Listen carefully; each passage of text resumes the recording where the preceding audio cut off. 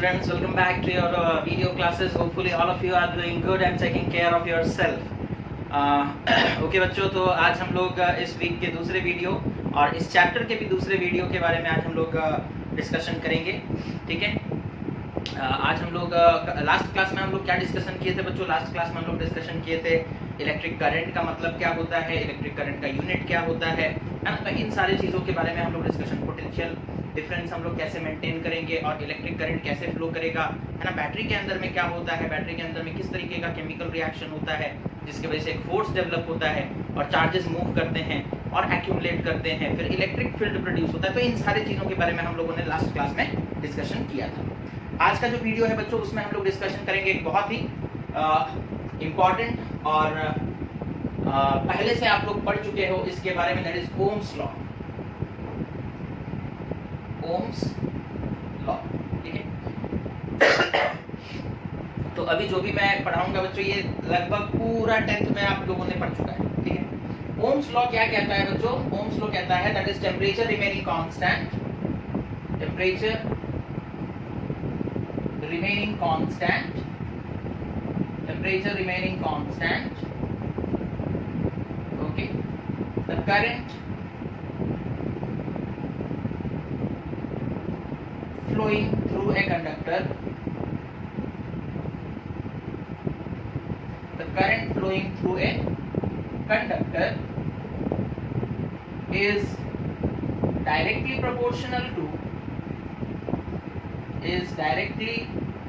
proportional to the potential difference across the conductor,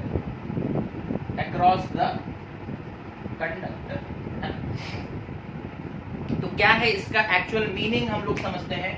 हम लोग अलग एग्जांपल्स लेकर के समझेंगे. ठीक है, जैसे सपोज कर लो, वो एग्जाम्पल हम लोग लेते हैं जो हम लोगों को ज्यादा अच्छे से समझ में आए. ठीक है, तो यहाँ पर देखो, जैसे सपोज कर लो बच्चों, हमने एक कंटेनर में, एक वेसल में वाटर ले लिया जिसका टेम्परेचर सपोज कर लो 50 डिग्री सेल्सियस है, और एक कंटेनर और एक वेसल में हमने वाटर ले लिया. ठीक है, ओके, और इसमें भी वाटर है बच्चों, और लेकिन इसमें टेम्परेचर 500 डिग्री सेल्सियस है. तो 500 डिग्री सेल्सियस में तो वाटर एग्जिस्ट नहीं करेगा. Suppose 100 degree Celsius, 100 degree Celsius. Okay, तो दोनों ही कंटेनर में बच्चों, दोनों ही वेसल में हमने वाटर लिया है, और एक का टेम्परेचर वाटर का 50 डिग्री सेल्सियस है, दूसरे का टेम्परेचर 100 डिग्री सेल्सियस है. अब सपोज कर लो आपने इस वेसल में अपना हाथ डाला, ठीक है, और इस वेसल के पानी में भी अपना हाथ डाला. ठीक है, अब देखो दोनों ही केस में हीट एनर्जी फ्लो करेगा from water to your body, because आपके बॉडी का नॉर्मल टेम्परेचर 37 डिग्री सेल्सियस है. कितना है?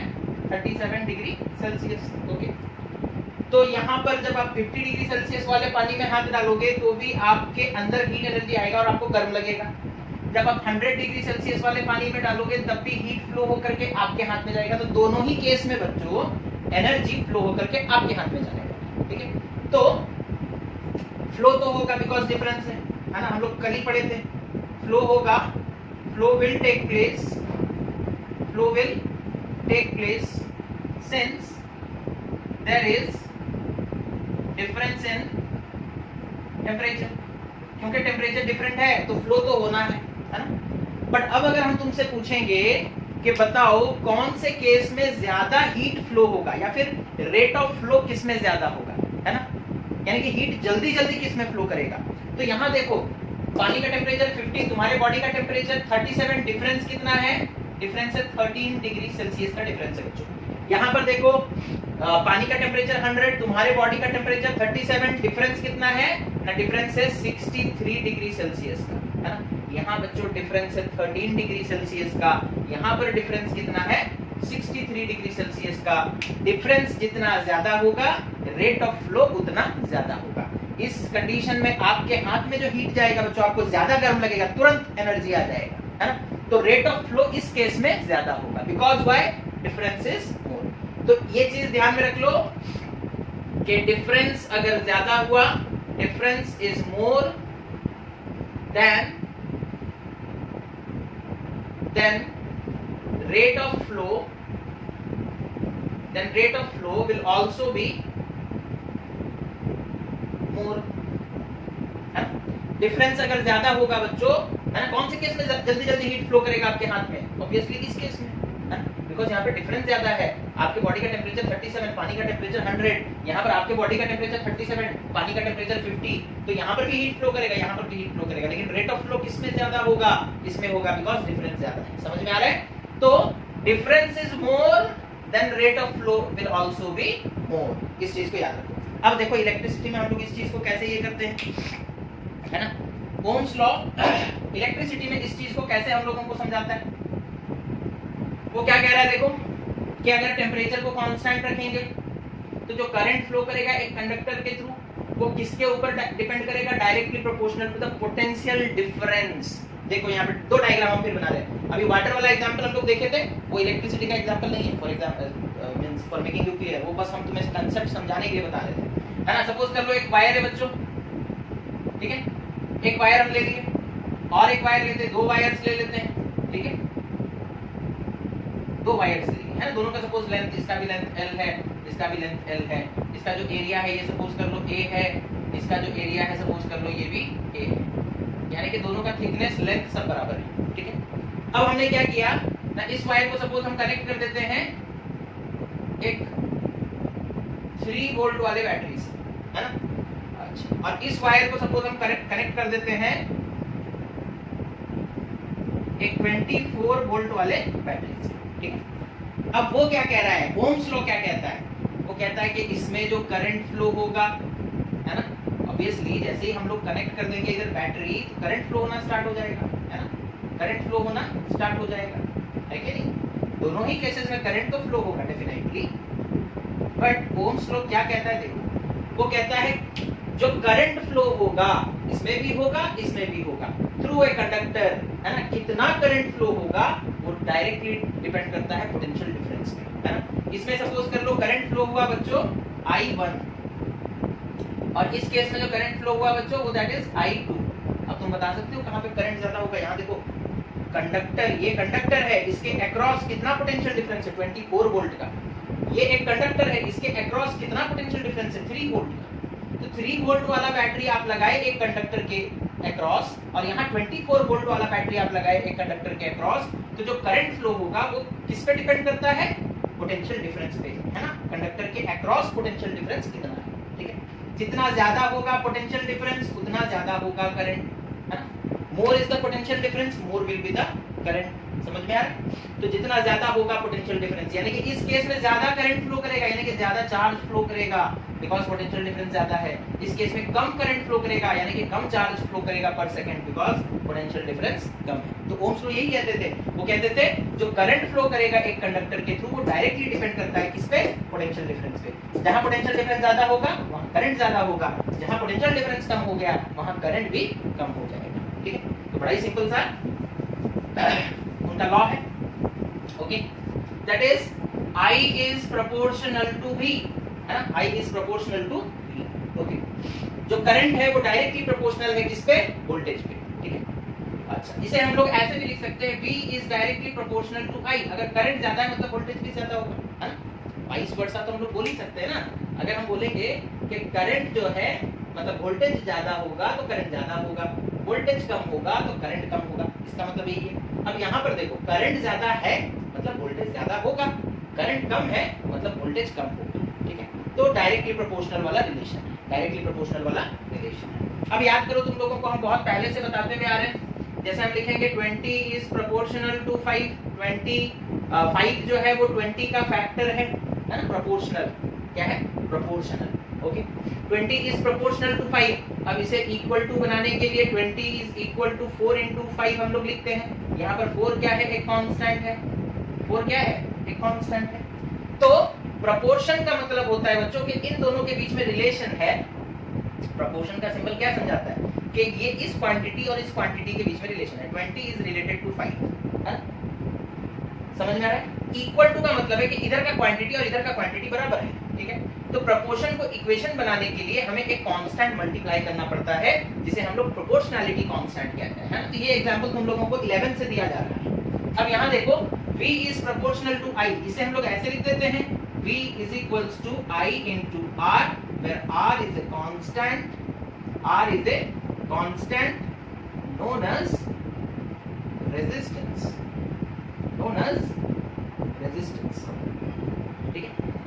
तो इक्वल टू बनाने के लिए एक कांस्टेंट मल्टीप्लाई करना पड़ता है, और यहाँ पर एक कांस्टेंट क्या है ना, उस कांस्टेंट को हम लोग क्या कहते हैं ना, रेजिस्टेंस कहते हैं। क्या कहते हैं? रेजिस्टेंस। तो यहाँ से देखो R का वैल्यू क्या हो जाएगा, R will be equal to V by I, है ना, क्योंकि R कांस्टेंट है तो V बाई I भी कांस्टेंट होगा, है ना, तो V by I is also a constant, है ना, V by I is also a constant. इसका मतलब फिर क्या है वो भी हम लोग एग्जांपल के थ्रू समझेंगे, ठीक है। देखो V is equal to IR आ गया, R is equal to V by I आ गया, है ना। अब हम लोग देखो एक सेटअप करते हैं, ठीक है, और समझने का कोशिश करते हैं कि R इज ए कांस्टेंट, इसका मतलब क्या है, ठीक है। यहाँ देखो हम क्या करेंगे बच्चों, एक सेल ले लिए, यहाँ सपोज कर लो एक एमीटर लगा दिए। एमीटर का काम क्या होता है? करंट मेजर करना, है ना। ओके, यहाँ पर सपोज कर लो एक, अच्छा ऊपर का हम ये मिटा रहे हैं, यहाँ पर सपोज कर लो हम एक रेजिस्टर लगाते हैं,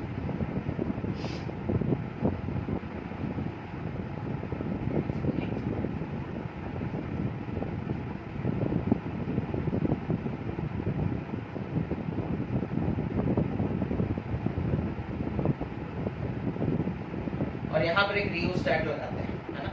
ये रेजिस्टर R हो गया, ये सेल हो गया, और यहाँ पर एक वोल्ट मीटर लगाते हैं। सबका अलग अलग काम है बच्चों, है ना। एमीटर का काम क्या है? मेजर करंट, है ना, to measure current in the circuit, circuit में कितना करंट फ्लो कर रहा है वो उस चीज को मेजर करेगा। वोल्ट मीटर का काम क्या है? वोल्ट मीटर सिंपल होता है ऐसे भी, ठीक है, प्लस माइनस, इनका भी होता है प्लस माइनस, ओके। इसका काम क्या है? To measure potential difference, measure potential difference, okay. Rheostat का काम क्या है बच्चों? रियोस्टैट का सिंबल इस तरीके से हम लोग दे सकते हैं,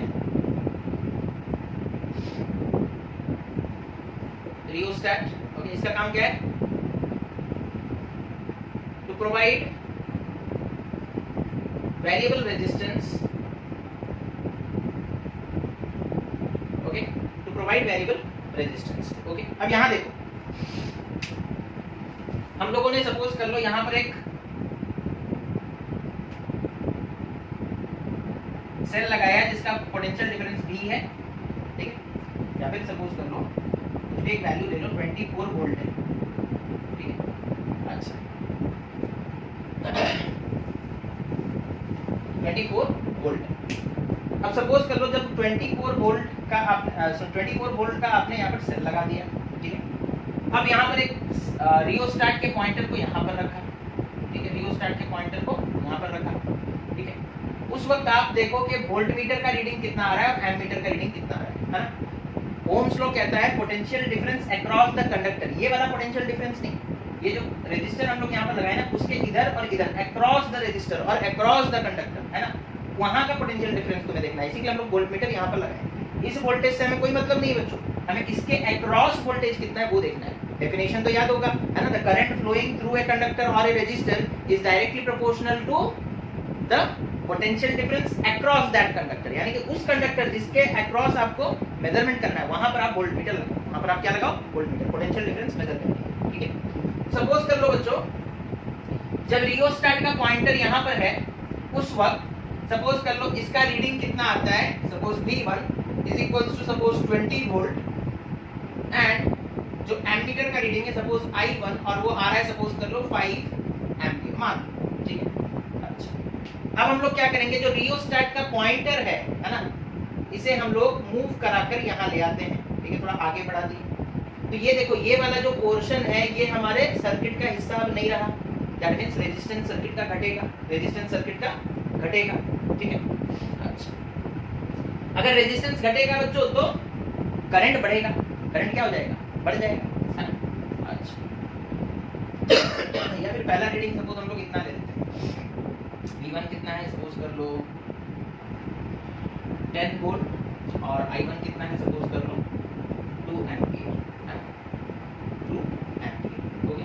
अच्छा, अब जैसे ही सपोज कर लो हमने रियोस्टैट को थोड़ा, रियोस्टैट के पॉइंटर को, रियोस्टैट देखो ना लोग, रियोस्टैट का एक सबसे कॉमन एग्जांपल है बच्चों फैन का जो रेगुलेटर होता है ना, फैन का रेगुलेटर है ना, फैन के रेगुलेटर को आप मोड़ देते हो जब मतलब वो 1 में होता है ना, फैन का जब रेगुलेटर उसका पॉइंटर 1 की तरफ होता है तो फैन का स्पीड स्लो होता है।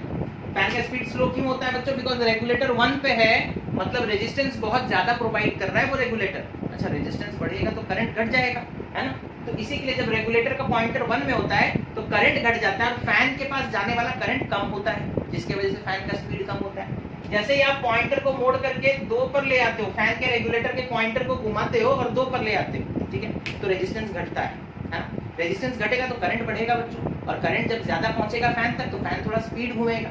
ऐसे ही करते करते अगर हम लोग रेगुलेटर को मोड़ करके 5 तक ले आते हैं तो हम लोग देखते हैं फैन पूरा हाई स्पीड में आ जाता है। रेगुलेटर को जब मोड़ करके आप 5 तक ले जाते हो बच्चों, उसके पॉइंटर को शिफ्ट करते हुए 5 तक ले गए, है, तो आप देखोगे कि फैन का स्पीड बढ़ जाता है, बिकॉज जब 5 में पहुंच जाता है ना रेगुलेटर का पॉइंटर, तो क्या होता है, रेजिस्टेंस घट जाता है, रेजिस्टेंस घट जाता है, और रेजिस्टेंस घट जाएगा तो फिर करंट बढ़ेगा, और करंट बढ़ेगा तो फैन के पास ज्यादा करंट पहुंचेगा और वो ज्यादा स्पीड में घूमेगा, ठीक है। अच्छा, तो यहाँ देखो हम लोग ये बात कर रहे थे कि सपोज कर लो जब पहला रीडिंग हम लोग देखे बच्चों, वो कितना है ना, V का वैल्यू कितना आ रहा है 10 वोल्ट, और एमीटर का रीडिंग कितना आ रहा है 2 एम्पीयर।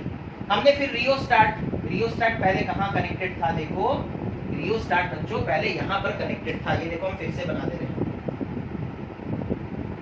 ये इस तरीके से रियोस्टैट था, है ना, और पॉइंटर यहाँ कनेक्टेड था, मतलब ऐसे करंट आएगा यहाँ से एंटर करेगा, पूरे रियोस्टैट में वो करंट फ्लो करेगा, यानी कि अभी पूरा रियोस्टैट हमारे सर्किट का हिस्सा है, ठीक है। लेकिन हम जब पॉइंटर के पोजीशन को चेंज करते हैं, सपोज पॉइंटर को हम यहाँ ले आए, ठीक है, तो अब जो करंट फ्लो होता हुआ आएगा, ठीक है, वो यहाँ से एंटर करेगा, इधर जाएगा, ये वाला जो पोर्शन रह गया ना रियोस्टैट का, अब ये हमारे सर्किट का हिस्सा नहीं है, ठीक है। दैट मींस इतना पोर्शन हम लोग बाईपास करके इधर से करंट को ले आ रहे हैं, ठीक है। तो अगर ये पोर्शन नहीं, ये हमारे सर्किट का हिस्सा नहीं है, तो पूरे सर्किट का रेजिस्टेंस घटेगा, ठीक है। तो जब हम लोग पॉइंटर के पोजीशन को चेंज किए तो हम लोग देखे, सपोज कर लो वोल्टेज कितना हो गया है ना 15 वोल्ट, या फिर सपोज कर लो वोल्टेज हो गया है 12 वोल्ट, और करंट कितना हो गया है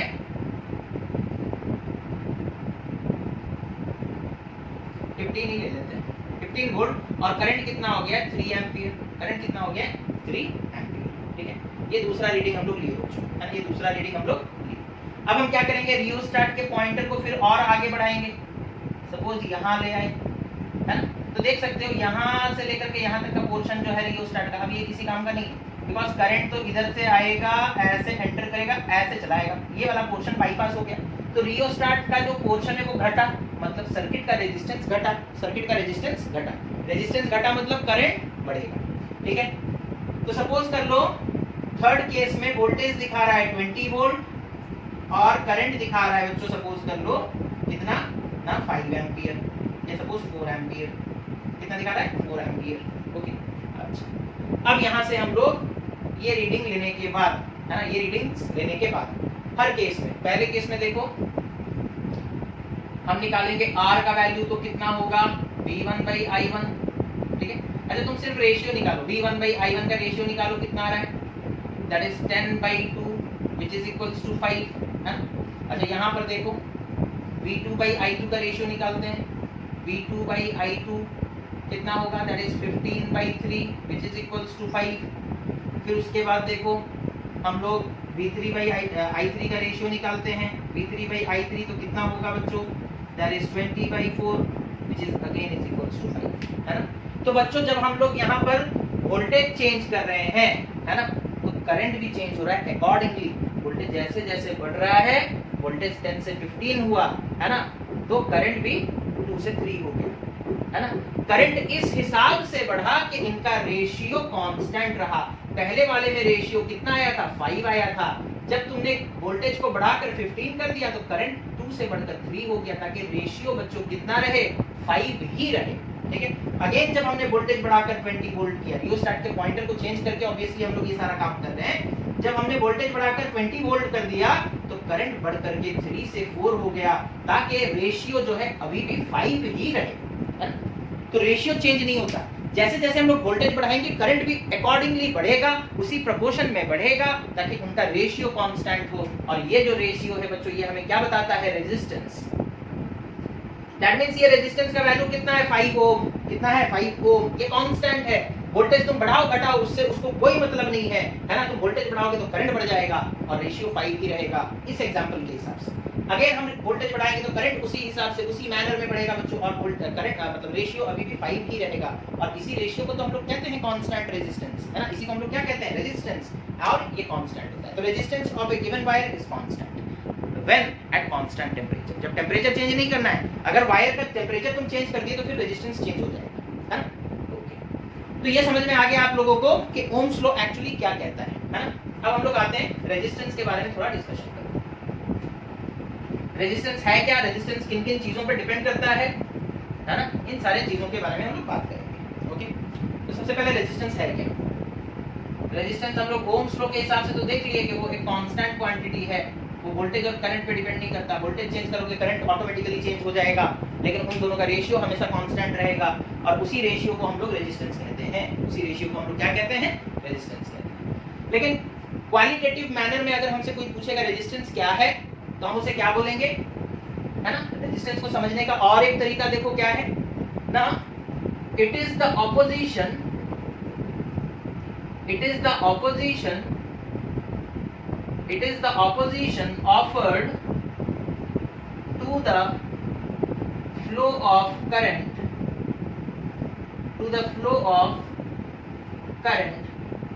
through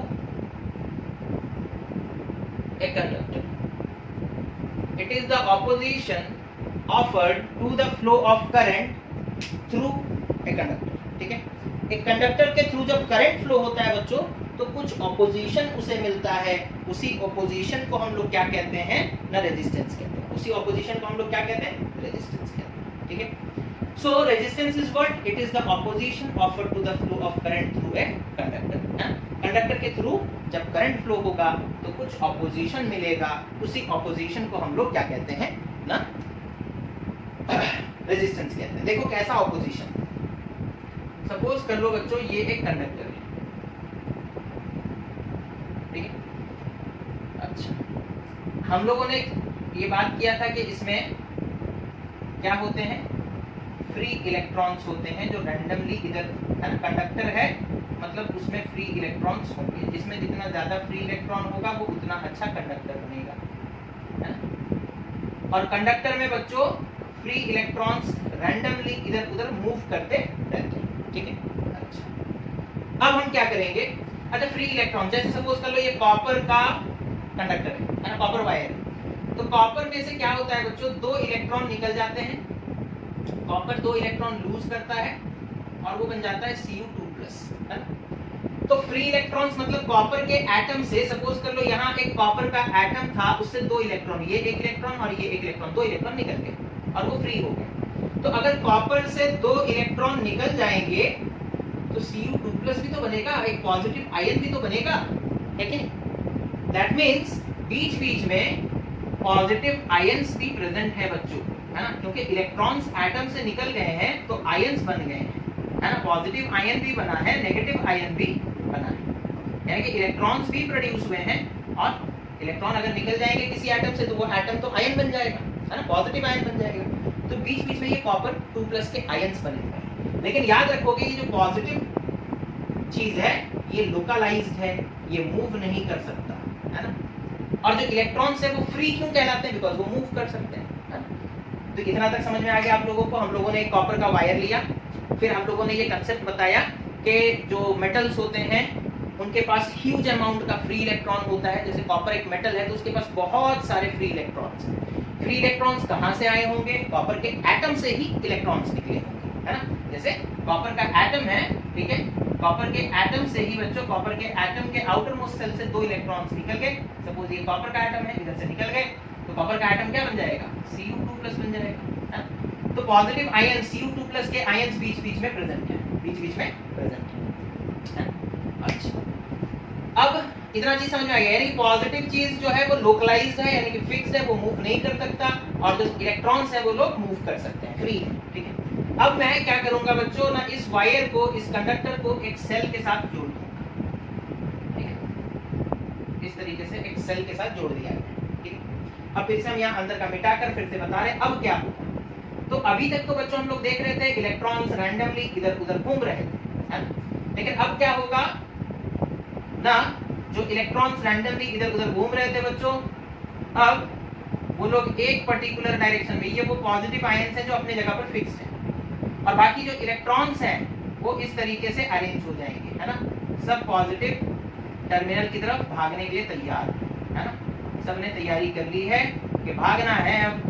अब तो पोटेंशियल डिफरेंस लगा दिया गया, सॉरी मार्कर गिर गया, ओहो।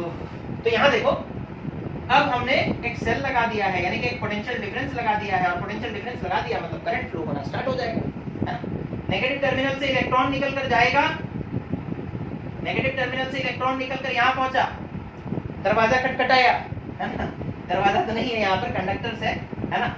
तो इलेक्ट्रॉन यहाँ से निकल कर जाएगा बच्चों, जब यहाँ पर इलेक्ट्रॉन पहुंचेगा, अंदर में भी इलेक्ट्रॉन है, इधर से नेगेटिव टर्मिनल से इलेक्ट्रॉन निकल कर गया, इलेक्ट्रॉन को क्या करेगा, रिपेल करेगा। तो ये अंदर में जो इलेक्ट्रॉन्स हैं वो इधर से आने वाले इलेक्ट्रॉन्स के द्वारा एक रिपल्सन फील करेंगे, और उस रिपल्सन की वजह से ये लोग भागना स्टार्ट करेंगे इधर, लेकिन भागते वक्त देखो क्या होगा, ये इलेक्ट्रॉन जैसे आगे बढ़ेगा, ये पॉजिटिव चार्ज उसे अट्रैक्ट करने लगेगा, उसे क्या करने लगेगा, अट्रैक्ट। फिर वो थोड़ा जैसे ही इसके एरिया को वो क्रॉस करके, बिकॉज पीछे से तो इलेक्ट्रॉन्स आ रहे हैं नेगेटिव टर्मिनल से निकलकर, वो लोग कॉन्स्टेंटली उसे पुश कर रहे हैं, है ना। नेगेटिव टर्मिनल के पास बच्चों क्या होता है, इलेक्ट्रॉन्स होते हैं, बैटरी हम लोग पढ़ चुके हैं ऑलरेडी। नेगेटिव टर्मिनल के पास एक्सेस इलेक्ट्रॉन्स हैं, वहां से इलेक्ट्रॉन्स निकल कर आ रहे हैं, और इधर जैसे ही इलेक्ट्रॉन पहुंचेंगे तो अंदर वाले इलेक्ट्रॉन्स को क्या होगा, एक रिपल्सन फील होगा, इलेक्ट्रॉन को रिपेल करता है। तो अंदर में जो इलेक्ट्रॉन है वो भागेगा आगे की तरफ, लेकिन ये पॉजिटिव चार्ज उसे रोकने का कोशिश करेगा, अट्रैक्ट करेगा, लेकिन पीछे से इलेक्ट्रॉन आ रहा है तो रुक नहीं सकता, है ना, लेकिन ये अट्रैक्ट करेगा। इसके मूवमेंट को, इस इलेक्ट्रॉन के मूवमेंट को ये पॉजिटिव चार्ज क्या करेगा, स्लो डाउन कर देगा, अपोज करेगा, आगे बढ़ने से रोकने का कोशिश करेगा, है ना। अब समझ में आ रहा है, इलेक्ट्रॉन्स के मूवमेंट को अपोजिशन मिल रहा है या नहीं, ये पॉजिटिव चार्जेस उसे आगे बढ़ने से रोकने का कोशिश कर रहे हैं या नहीं, है ना। इसी से बच्चों क्रिएट होता है रेजिस्टेंस, है ना, यही तो है रेजिस्टेंस। चार्जेस को आगे बढ़ने से, यानी कि करंट को फ्लो होने से रोका जा रहा है। कौन रोक रहे हैं, ये पॉजिटिव आयंस जो प्रेजेंट है वो लोग रोकने का कोशिश कर रहे हैं। जितना ज्यादा रोकेंगे उतना ज्यादा रेजिस्टेंस होगा, जितना कम रोकेंगे उतना कम रेजिस्टेंस होगा। समझ में आ रहा है। तो इलेक्ट्रॉन्स के फ्लो को रोकने का, यानी कि अपोज करने का कोशिश किया जा रहा है, लेकिन वो रुक नहीं रहे, बिकॉज पीछे से इलेक्ट्रॉन्स आ रहे हैं। ज्यादा इलेक्ट्रॉन्स आ जाएंगे तो वो लोग ज्यादा रिपेल करेंगे, तो अल्टीमेटली इनको आगे बढ़ना ही है, लेकिन ये रुक कर जाएंगे, मतलब एक ही स्पीड में एक्सेलरेट करके नहीं भाग जाएंगे, थोड़ा स्पीड गेन करेंगे, फिर पॉजिटिव चार्ज अट्रैक्ट करेगा, फिर वो स्लो हो जाएंगे, है ना, बिकॉज अट्रैक्शन हो रहा है। ये सपोज कर लो, ये इलेक्ट्रॉन देखो, एक इलेक्ट्रॉन को हम लोग दिखाते हैं, एक इलेक्ट्रॉन इधर से क्रॉस कर रहा था, ये पॉजिटिव चार्ज अट्रैक्ट किया, पीछे से एक इलेक्ट्रॉन आया, वो रिपेल कर रहा है, तो ये रुकेगा नहीं, है ना, आगे बढ़ता रहेगा, लेकिन यहाँ पर इस पोर्शन में उसका स्पीड स्लो हो जाएगा, बिकॉज ये अट्रैक्ट कर रहा है। जैसे ही यहाँ से आगे बढ़ेगा फिर स्पीड बढ़ेगा उसका, फिर जैसे इसके पास पहुंचेगा फिर से ये पॉजिटिव चार्ज अट्रैक्ट करेगा, है ना। So the opposition offer to the flow of current, है ना, जब करंट फ्लो कर रहा है, यानी कि जब चार्जेस फ्लो करे, चार्ज फ्लो करेगा तभी तो करंट बनेगा। जब चार्जेस फ्लो कर रहे हैं, जब इलेक्ट्रॉन्स फ्लो कर रहे हैं, या पॉजिटिव या नेगेटिव चार्जेस फ्लो कर रहे हैं, तो उनको कोई अपोज कर रहा है, उसी अपोजिशन का नाम रेजिस्टेंस है, उसी अपोजिशन का नाम रेजिस्टेंस है। तो होपफुली आप लोगों को कांसेप्ट समझ में आ गया होगा रेजिस्टेंस का, ठीक है।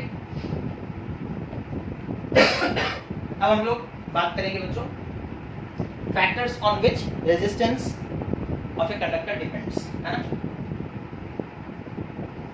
factors on which resistance of a conductor depends, okay, factors on which resistance of a conductor depends. Now the factors on which the resistance of a conductor depends, ठीक है, बड़ा ही आसान सा चीज है। देखो बच्चों, अभी हम लोग कांसेप्ट ऑफ रेजिस्टेंस समझ रहे थे, है ना। सपोज कर लो हम एक इतना बड़ा रेजिस्टर लेते हैं, मतलब एक कंडक्टर लेते हैं, ठीक है, कॉपर का, ओके, और सपोज कर लो हम एक इतना बड़ा कॉपर का कंडक्टर लेते हैं, ठीक है। अच्छा, अब एक इलेक्ट्रॉन को यहां से ट्रैवल करते करते यहां तक पहुंचना है, ठीक है। बीच में पॉजिटिव आयंस भी आएंगे, कौन आएगा, पॉजिटिव आयंस आएंगे। अच्छा, और सपोज कर लो एक इलेक्ट्रॉन को यहां से ट्रैवल करते करते यहां तक पहुंचना है, तो बीच में ज्यादा पॉजिटिव आयंस आएंगे, बीच में ज्यादा पॉजिटिव आयंस आएंगे, है ना। अब आप बता सकते हो, हम लोग कॉपर का ही दोनों वायर लिए हैं बच्चों, है ना, दोनों का एरिया भी सेम है। सपोज इसका एरिया ए है, इसका एरिया भी ए है, लेकिन इसका लेंथ ज्यादा है, इसका लेंथ कम है, ठीक है। और हमने बोला सपोज कर लो एक इलेक्ट्रॉन को यहां से यहां पहुंचना है, और इस केस में इलेक्ट्रॉन को यहां से यहां पहुंचना है। अब आप देख करके ही जान सकते हो कि यहाँ क्योंकि लेंथ कम है, तो जब वो यहां से यहां जाएगा, मान लो सिर्फ 3 पॉजिटिव आयंस उसे रोकेंगे, अपोज करेंगे, रोक तो नहीं पाएंगे, अपोज करेंगे। वो यहां से जब आगे बढ़कर यहां जाना चाहेगा तो ये लोग उसे रोकने का कोशिश करेंगे, अपोज करेंगे, लेकिन अपोजिशन इस केस में बढ़ जाएगा क्योंकि लेंथ ज्यादा है, तो इसको यहां से यहां पहुंचते पहुंचते ज्यादा पॉजिटिव आयंस को पास करना पड़ेगा, तो ज्यादा अपोजिशन मिलेगा। तो resistance is directly proportional to length of the conductor. Length ज्यादा होगा तो रेजिस्टेंस ज्यादा होगा, है ना। ऐसे नहीं समझ में आ रहा है, आप देखो एक और तरीका, ठीक है। फिजिक्स में यही तो अच्छा है कि हम लोग अलग अलग तरीके से समझा सकते हैं। सपोज कर लो बच्चों एक रास्ता है, इतना चौड़ा इतना लंबा, ठीक है, एक रास्ता है। और सपोज कर लो दूसरा रास्ता हम लोग लेते हैं बच्चों, सपोज कर लो वो इतना लंबा है, चौड़ाई सेम है लेकिन इसका लंबाई ज्यादा है, ठीक है। अच्छा, सपोज कर लो इस रास्ते में इस तरीके से ऐसे ऐसे गड्ढे हैं, है ना। रास्ते में गड्ढे होते हैं, ऑब्वियसली होते हैं सर, है ना। कौन सा रास्ता आजकल सही है सर, हर रास्ते में गड्ढे हैं, है ना। तो सपोज कर लो रास्ते में इस तरीके से गड्ढे हैं, ओके। यहाँ पर जितने डिस्टेंस में गड्ढे हैं, इस रोड में भी उतने ही डिस्टेंस में गड्ढे हैं। सपोज कर लो इस तरीके से गड्ढे हैं,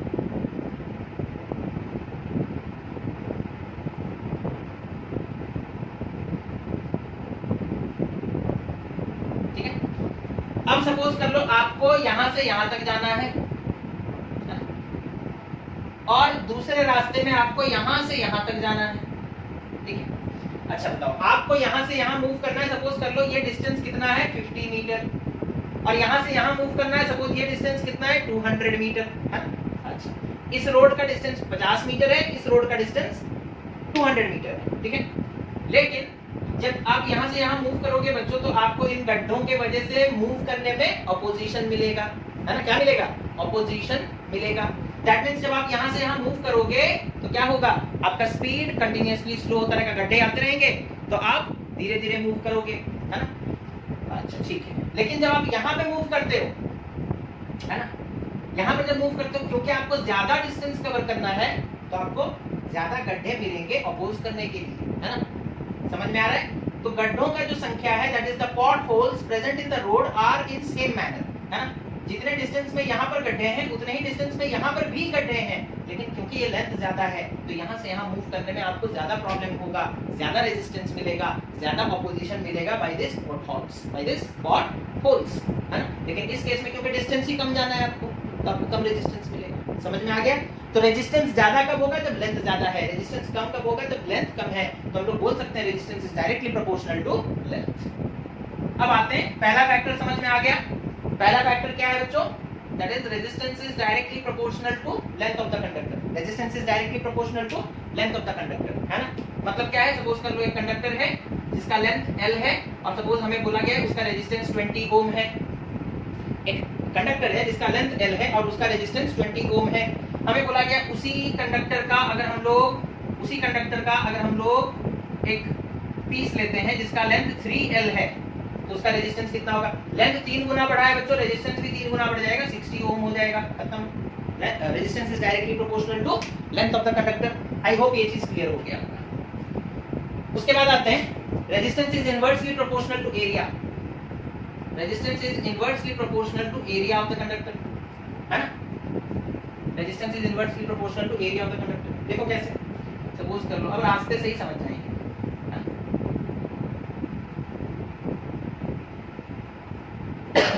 सपोज आप गाड़ी लेकर जा रहे हो, एक पतला रास्ता है,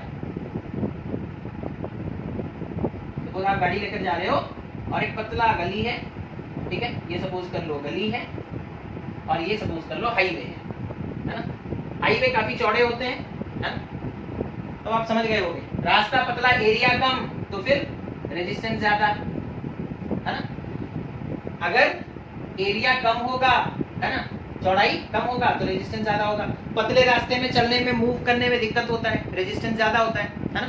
पतले रास्ते में किसी गली में आप गाड़ी चला सकते हो 100 के स्पीड में? नहीं चला सकते। चला सकते हो क्या, है ना। कुछ बच्चे सोच रहे होंगे यहाँ सर मैंने तो चलाया है ना।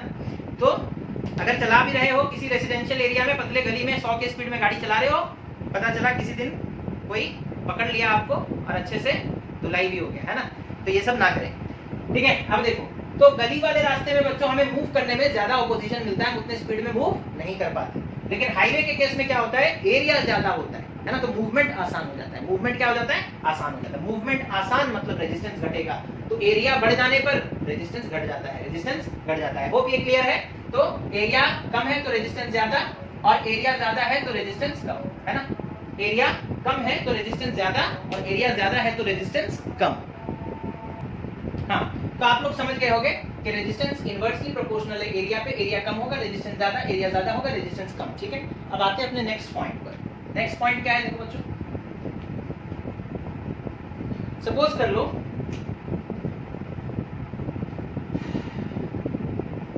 हम एक वायर लेते हैं बच्चों, सपोज कर लो किसका है, आयरन का बना हुआ है, ठीक है, आयरन Fe, ठीक है। इसका एरिया सपोज कर लो A है, इसका लेंथ सपोज कर लो L है, ठीक है। लेंथ सपोज कर लो क्या है, L। हम एक उतना ही बड़ा उतना ही चौड़ा वायर लेते हैं,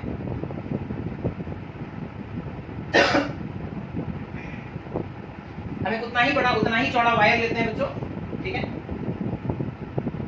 सपोज कर लो ये वायर का एरिया भी A है और इसका लेंथ भी L है, सेम लेंथ सेम एरिया। ये आयरन का था, ये सपोज कर लो सिल्वर का है। किसका है, सिल्वर। ओके, सिल्वर का सिंबल क्या है, Ag, ओके। अब हम लोग जब एक्सपेरिमेंट करते हैं बच्चों, है ना, तो हम लोग देखते हैं कि सिल्वर उतना रेजिस्टेंस नहीं देता, है ना। सिल्वर का रेजिस्टेंस कम है, रेजिस्टेंस लो, और उतना ही बड़ा उतना ही चौड़ा आयरन का वायर लेते हैं और उसका रेजिस्टेंस जब हम लोग मेजर करते हैं तो देखते हैं उसका रेजिस्टेंस हाई है ना, उसका रेजिस्टेंस ज्यादा है। तो अब यहाँ पर क्या क्या मतलब क्या डिफरेंस क्या है, लेंथ सेम ले लिए, एरिया सेम ले लिए, इसमें भी लेंथ जितना, इसका भी लेंथ उतना, इसका एरिया जितना, इसका भी एरिया उतना ही। तो किस चीज में डिफरेंस है, मटेरियल का डिफरेंस है। ये अलग मटेरियल है, ये अलग मटेरियल है ना। दोनों में अलग अलग तरह के मटेरियल्स हैं। इसमें बच्चों फ्री इलेक्ट्रॉन्स कम होते हैं, फ्री इलेक्ट्रॉन्स कम होते हैं, है ना, कम होते हैं। और जो सिल्वर है उसका मटेरियल का प्रॉपर्टी है, कैरेक्टर है कि इसमें बहुत सारे फ्री इलेक्ट्रॉन्स होते हैं। फ्री इलेक्ट्रॉन्स का कंसंट्रेशन बहुत ज्यादा होता है, हाई होता है। और हमने बोला था जितने ज्यादा फ्री इलेक्ट्रॉन्स, चार्ज कैरियर्स जितने ज्यादा होंगे, करंट उतना ज्यादा होगा, रेजिस्टेंस उतना कम होगा, ठीक है। तो यहाँ देखो, मटेरियल डिफरेंट होने से सेम लेंथ सेम एरिया का दो डिफरेंट मटेरियल हम लोग लिए और चेक किए तो ये पता चला दोनों का रेजिस्टेंस डिफरेंट है। तो ये एक मटेरियल वाला बिहेवियर है, ये एक इंट्रिंसिक बिहेवियर है, ये उस पर्टिकुलर मटेरियल का खुद का कैरेक्टरिस्टिक बिहेवियर है ना। हर एक मटेरियल का अपना खुद का यूनिकनेस होता है बच्चों।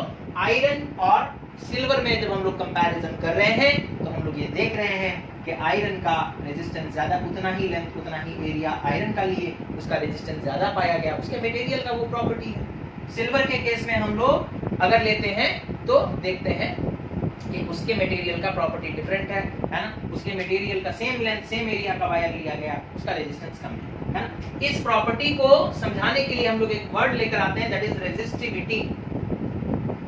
रेजिस्टिविटी सिंबल क्या है, रॉ, है ना। इसका रेजिस्टिविटी कम है, इसका रेजिस्टिविटी ज्यादा है ना। तो resistance is directly proportional to resistivity of that substance. Resistivity बच्चों जिसका ज्यादा होगा उसका रेजिस्टेंस ज्यादा होगा, रेजिस्टिविटी जिसका कम होगा उसका रेजिस्टेंस कम होगा।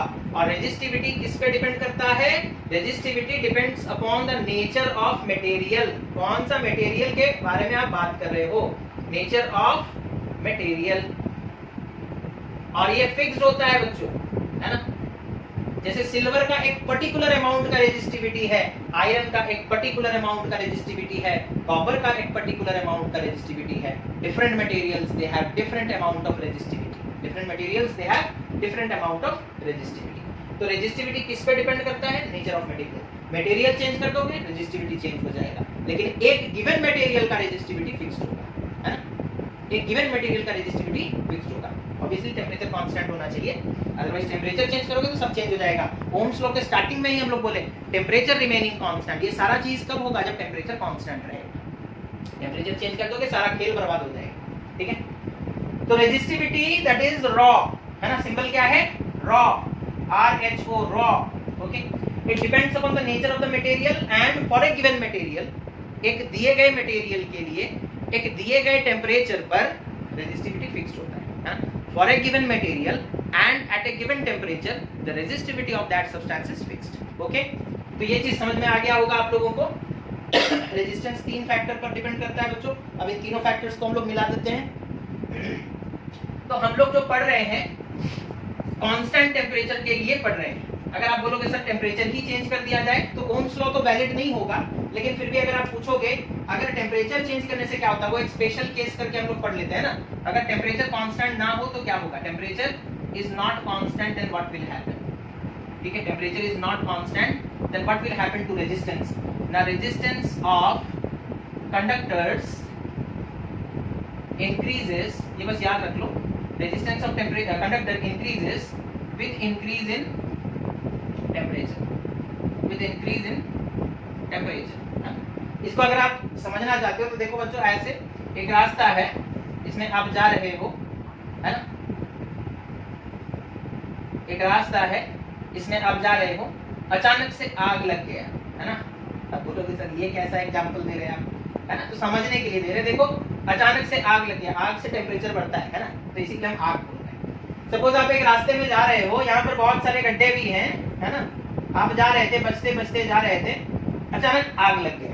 जैसे ही आग लगेगा तो आप इधर उधर भागना स्टार्ट करोगे, और जब भागना स्टार्ट करोगे बच्चों तो गड्ढे में गिरने के चांसेस, यानी कि टकराने के, कॉलिजन के चांसेस बढ़ जाएंगे। यानी जब इलेक्ट्रॉन आगे मूव करता रहता है ना, जब इलेक्ट्रॉन आगे मूव करता रहता है और अचानक से अगर हम टेम्परेचर बढ़ा देंगे तो इलेक्ट्रॉन क्या हो जाएगा?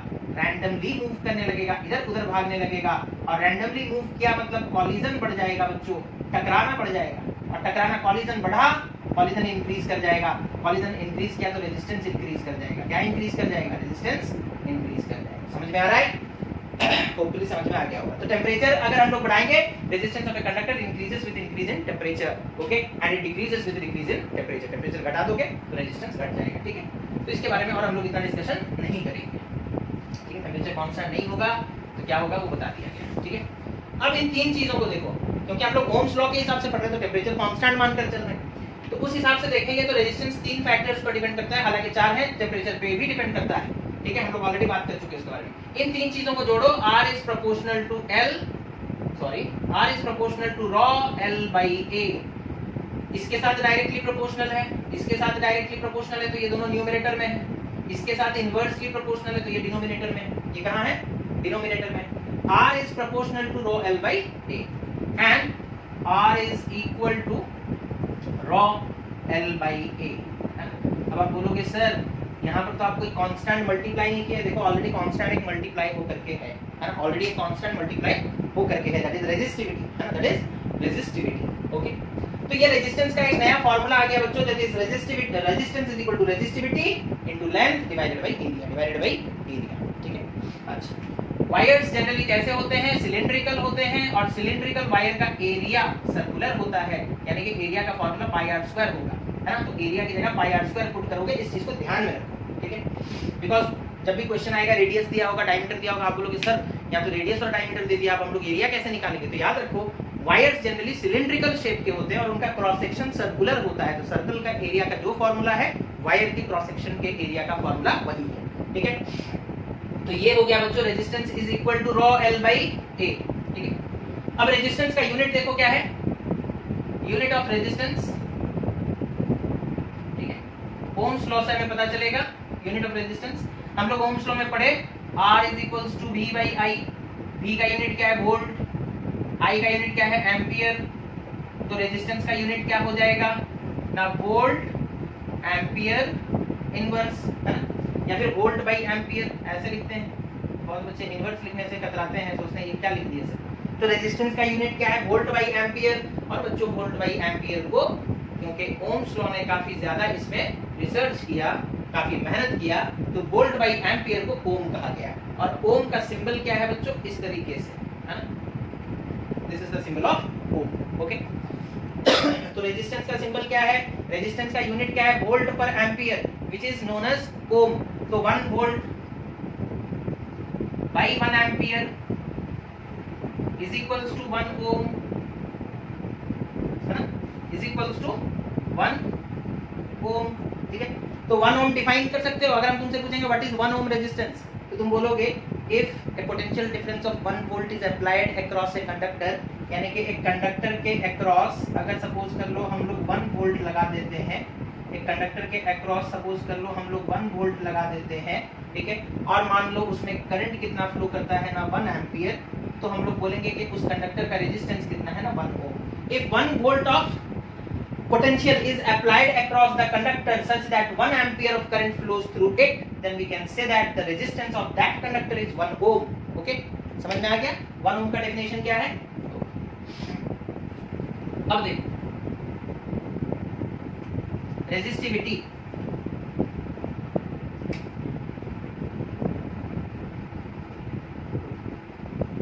रेजिस्टिविटी के बारे में बात करते हैं। तो R is equals to rho L by A, that implies rho is equals to R into A by L।